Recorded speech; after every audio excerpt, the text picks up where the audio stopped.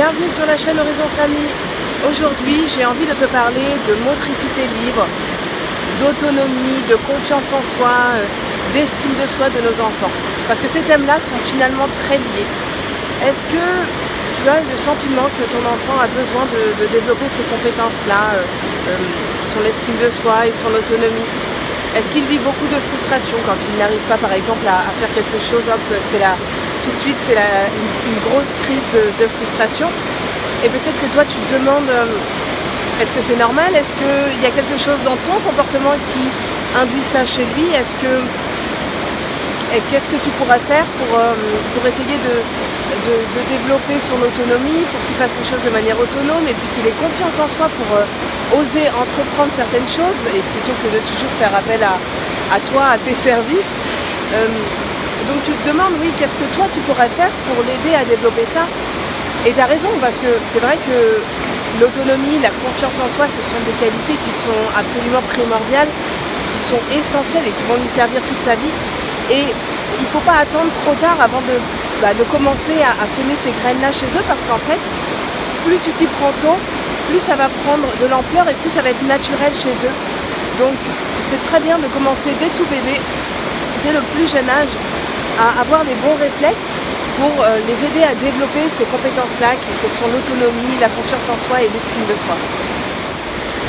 Regarde, j'étais en train de regarder là juste derrière moi à l'instant parce que je me disais que ça faisait du bruit, mais en même temps c'est tellement beau. Regarde un peu ça, la nature, ce qu'elle nous propose. C'est la Sorgue là, et on est dans le Vaucluse. On est à Fontaine en Vaucluse. C'est une petite merveille, un petit bijou cet endroit. Donc ce que je te disais, donc pour développer les qualités dont je te parlais chez ton enfant, eh bien il faut connaître les bons réflexes à avoir justement pour l'aider sur ce chemin-là. Et ça ne s'invente pas. C'est un peu paradoxal parce que la motricité libre, c'est ce qui va permettre justement de développer ces qualités-là chez lui.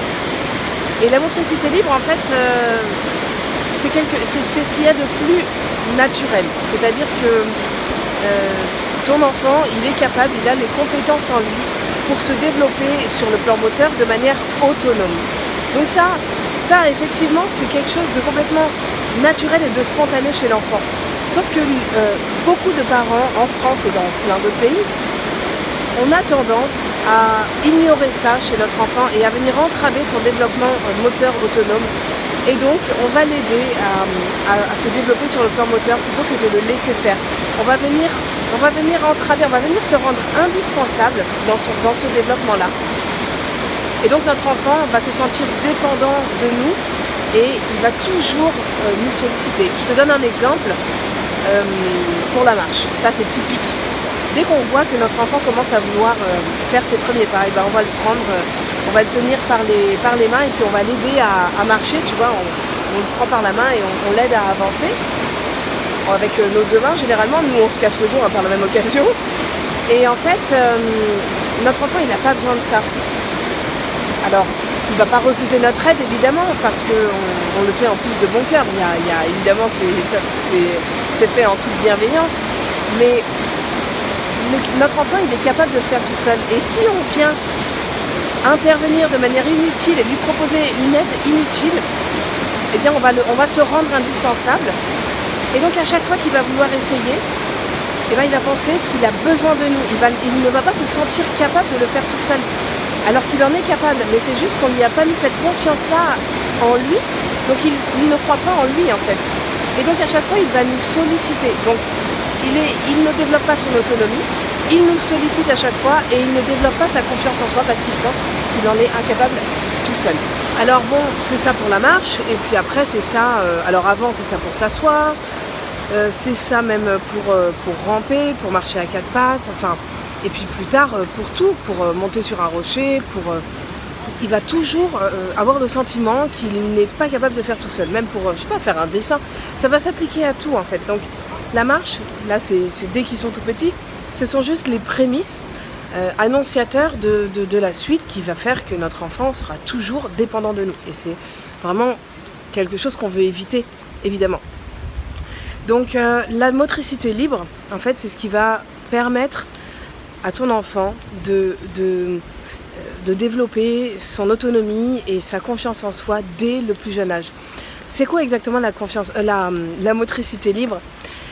Eh bien, c'est laisser à l'enfant la liberté de bouger, de se mouvoir, de se déplacer tout seul.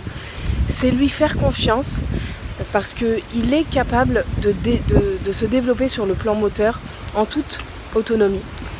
C'est ne jamais le positionner dans une posture qu'il ne maîtrise pas. Donc, s'il ne sait pas encore s'asseoir, eh bien, on ne l'assoit pas. C'est pas nous-mêmes qui allons l'asseoir. S'il ne sait pas marcher, eh bien, on ne le force pas à se tenir sur ses deux jambes. Voilà, c'est respecter son rythme en fait, la motricité libre. C'est donc d'abord observer notre enfant, savoir à quel rythme il évolue et respecter son rythme parce que il sait, en fait, si on vient lui proposer notre aide inutile, on vient entraver son parcours naturel. Lui, il procède par étapes. Pour d'abord, par exemple, passer de la position allongée sur le dos à la position allongée sur le ventre, eh bien, il procède par étapes. Il les connaît ces étapes, il les a en lui et il n'a pas besoin de nous, de notre aide. Pareil pour commencer à ramper, pareil pour commencer à marcher à quatre pattes, pareil pour commencer à s'asseoir et pareil pour commencer à marcher sur ses deux pieds. Là-dedans, évidemment, il y a un énorme travail de confiance en notre enfant. Et puis, il y a aussi un énorme travail de lâcher prise de la part de l'adulte. Il faut que l'adulte ait une posture humble, qu'il se rende compte qu'il n'est pas indispensable dans le développement moteur de l'enfant. Simplement, sa posture, c'est de l'accompagner sur le plan affectif pour que notre enfant il soit en totale confiance et qu'ainsi il se développe au mieux sur le plan moteur. La motricité libre, c'est Amy Pickler qui en a parlé dans les années 50, c'était une pédiatre hongroise. Et c'est quand même assez pratiqué dans les crèches en France, mais malheureusement c'est pas assez pratiqué par les parents dans les familles. Moi je le pratique depuis la naissance de mon petit garçon qui a bientôt 3 ans et clairement je vois aujourd'hui les effets positifs que ça a et j'ai commencé dès tout petit donc faut pas avoir peur de leur faire confiance dès le début. C'est quoi finalement les bénéfices ? C'est bon, l'autonomie, ça on en a parlé et puis bon... d'après tout ce que je viens de te dire, effectivement, on comprend assez facilement. La confiance en soi, parce que effectivement, si ses parents, si les parents de l'enfant lui font confiance, eh bien l'enfant, alors, il aura confiance en lui-même. Ensuite, un troisième bénéfice, c'est la prudence. C'est-à-dire que ton enfant, eh bien, il sera prudent naturellement. Il va apprendre la prudence. Alors, on a tendance à être prudent à la place de nos enfants, à faire attention aux dangers à leur place, à leur dire ne fais pas ci, ne fais pas ça. Et du coup, on est toujours sur leur dos. Donc eux, ils n'ont pas l'habitude de développer, de connaître leurs capacités et les limites de leurs capacités et de leur corps. Donc du coup, ils vont toujours compter sur l'adulte pour faire attention à leur place. Sauf que c'est très dangereux finalement, parce qu'on pense qu'on est prudent pour l'enfant, que c'est notre rôle, etc.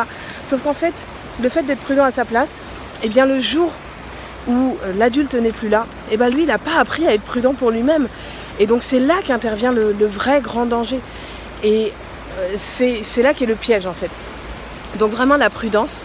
Et puis aussi, il va devenir débrouillard. C'est un autre bénéfice parce qu'en fait, il va tenter, il va échouer, puis il va retenter. Il va être persévérant, il développe sa persévérance. Et ça, c'est vraiment un bénéfice que je trouve hyper important de la motricité libre. Donc maintenant que tu sais ce qu'est la motricité libre et que tu connais tous ses bénéfices, et voilà, moi je le vois vraiment au quotidien avec mon petit garçon, c'est vraiment quelque chose à favoriser avec un bébé dès tout petit parce qu'on en voit les effets finalement très très vite. Et du coup, j'ai préparé en fait un petit livret sur tout ce qu'on peut mettre en place en termes de motricité libre pour notre bébé dès sa naissance finalement.